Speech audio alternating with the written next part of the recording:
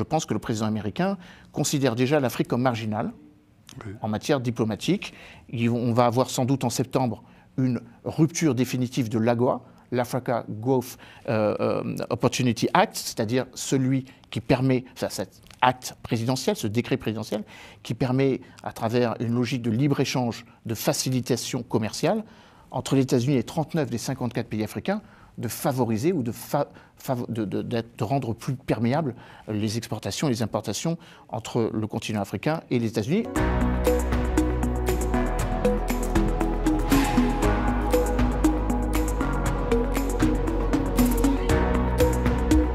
Bonjour à toutes et à toutes et bienvenue dans Africactu numéro 28, toujours sur Global Africa Télésud et toujours avec notre compère préféré, Monsieur Emmanuel Dupuis. Bonjour Alfred. Président de l'IPSE. Toujours. L'Institut de prospective et sécurité en Europe, et toujours avec un regard très perçant sur l'Afrique.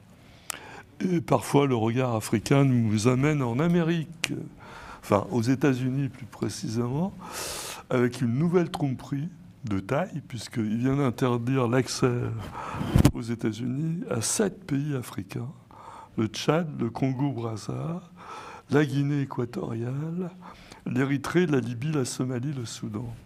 Plus d'autres pays comme le Burundi, la Sierra Leone, le Togo, qui subissent des restrictions partielles. Alors je ne sais pas trop ce que ça veut dire pour certains types de visas. Bon, enfin, en tout cas, je comprends. Enfin, qu'est-ce qu'on a à comprendre avec des mesures?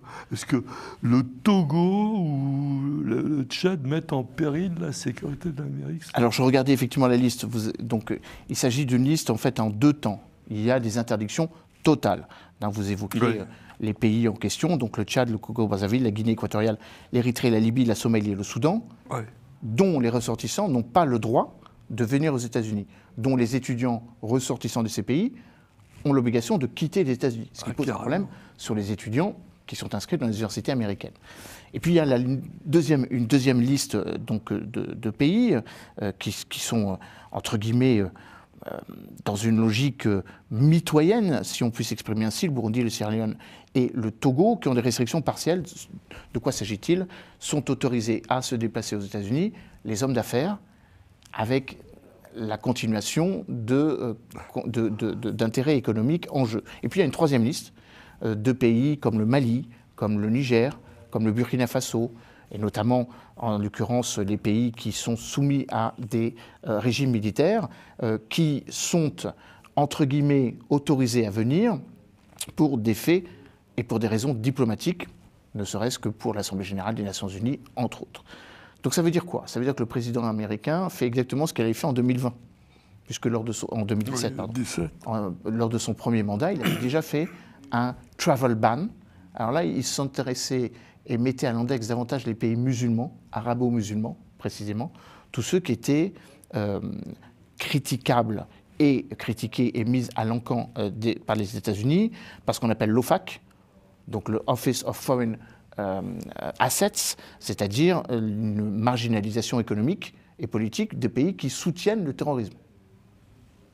À l'époque, le Soudan, la Corée du Nord, enfin, qui soutenaient le terrorisme ou qui étaient considérés comme tel. Le Soudan, dans l'état où il est... Alors c'est là où ça a un petit peu changé, parce que la première liste concernait l'Afghanistan, concernait la Corée du Nord, concernait l'Iran, concernait la Syrie, concernait le Yémen, concernait la Libye et déjà le Soudan et déjà l'Érythrée. Vous voyez qu'il y a déjà 3 pays africains.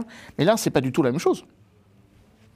Un certain nombre de pays, notamment le Togo, la Sierra Leone ou autres, ne sont pas, jusqu'à preuve du contraire, des pays soutenant le terrorisme. Là, c'est plus une logique de volonté des États-Unis de mettre une pression sur des pays dont on estime qu'ils ne sont pas forcément des alliés politiquement parlant.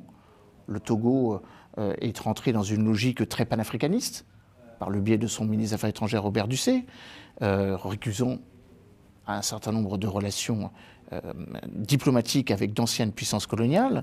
Le Burundi et le Congo-Brazzaville, qui font partie de la liste, sont des pays dans lesquels il y a des fortes implications et des fortes ingérences extérieures Il aurait pu d'ailleurs ajouter la République centrafricaine. La République centrafricaine fait partie de la 3e liste des pays qui sont considérés comme à surveiller par rapport à l'évolution des régimes politiques. Mais derrière tout ça, c'est aussi une façon de sanctionner les pays qui ont des relations politiques, diplomatiques et surtout économiques avec les contenders des États-Unis, et notamment la Chine, et notamment la Russie.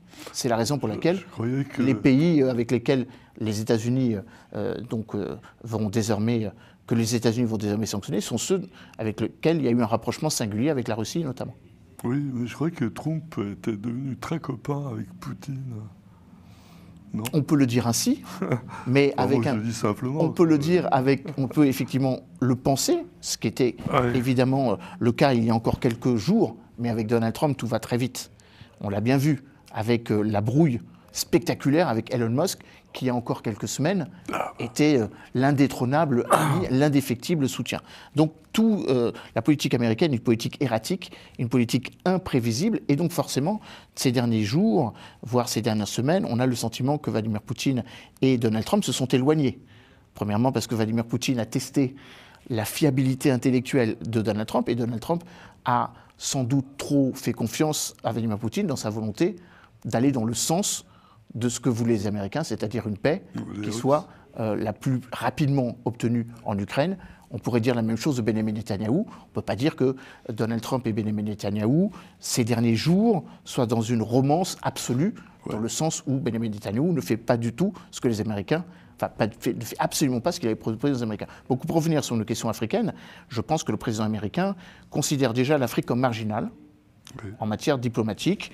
On va avoir sans doute en septembre une rupture définitive de l'AGOA, l'Africa Growth Opportunity Act, c'est-à-dire celui qui permet, cet acte présidentiel, ce décret présidentiel, qui permet, à travers une logique de libre-échange, de facilitation commerciale, entre les États-Unis et 39 des 54 pays africains, de favoriser ou de rendre plus perméables les exportations et les importations entre le continent africain et les États-Unis. Le président américain va sans doute le récuser pour plusieurs raisons. Premièrement, c'est une initiative qui avait été prise par Bill Clinton, soutenue activement par George Jr., puis par Barack Obama, mais pas du tout assumée par Donald Trump, qui ne l'a pas totalement sabordé lors de son premier mandat, mais on sent bien que la prochaine étape, c'est de la remettre en cause. Donc le président américain veut sans doute minorer la place de l'Afrique dans sa diplomatie.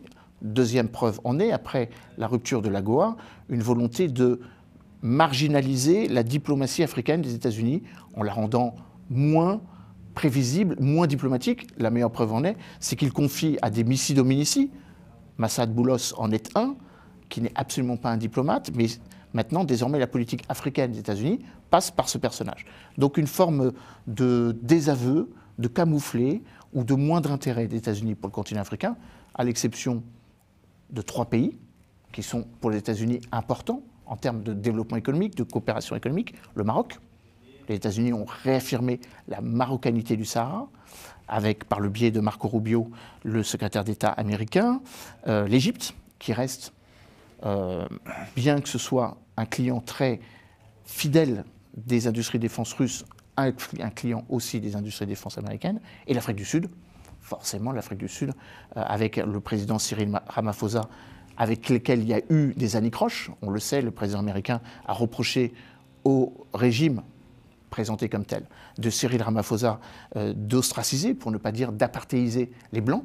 Mais on a bien vu, là aussi, que suite à la rencontre dans le bureau ovale, Cyril Ramaphosa a séduit le président américain par sa faconde, par sa capacité de répondre. Donc les États-Unis ont parfaitement compris quand même que l'Afrique du Sud, qui, selon tous les rapports du FMI, le classement de Jeune Afrique, de Forbes et de Goldman Sachs, est dans le trio de tête des économies africaines. Et donc forcément, les États-Unis veulent faire du business avec un des phares du continent africain, même si le président américain récuse à l'Afrique du Sud sa trop grande proximité avec la Russie. Pourquoi ? Parce qu'elle est membre des BRICS. Enfin, elle est aussi présidente du G20 pendant cette année. Ah, que c'est compliqué tout ça. Vu de Washington, c'est compliqué artificiellement. Pour Trump, oui, on le complexifie à l'extrême.